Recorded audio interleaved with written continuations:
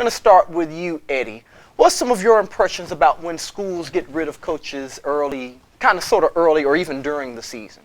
I think a lot of what has to do with how the coaching carousel works is the pressure of it all. There is a remarkable amount of pressure to earn money and earn revenue for your program, and because of that, a lot of schools make decisions too early that are clearly too drastic.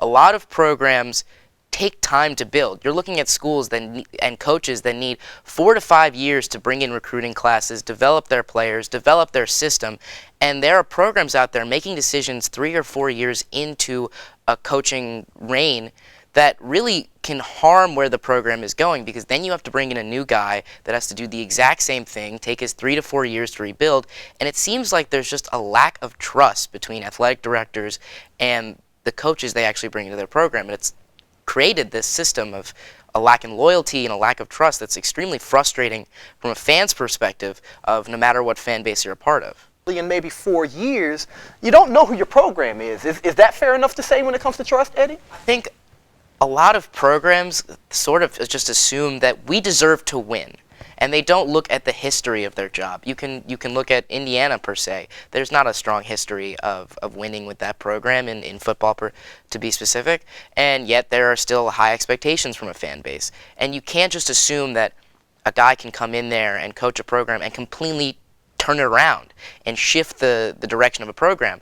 When you see a program like Indiana or another program making slight progress year by year, that's big for them. And I think other schools need to adapt that understanding that you can't just win now.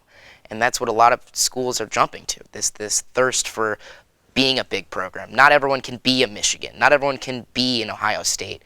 Those are programs that have been developed for 30 years. And people can't just jump to those assumptions.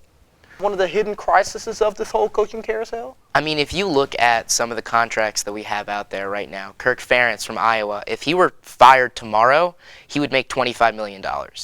You're looking at about 33 coaches right now that are coaching that if they got bought out tomorrow would make at least $8 million in just their buyout alone. And there are programs out there like Charlie Strong at Texas. They were willing to drop $11 million to get rid of him.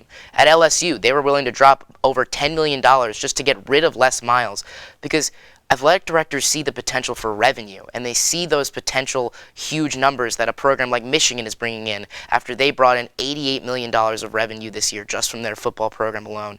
They see those numbers, and they're willing to buy those contracts out and spend that money now for what could be huge growth in the future. And it's kind of mind-blowing to look at it from those numbers perspective, but that's what athletic directors are seeing.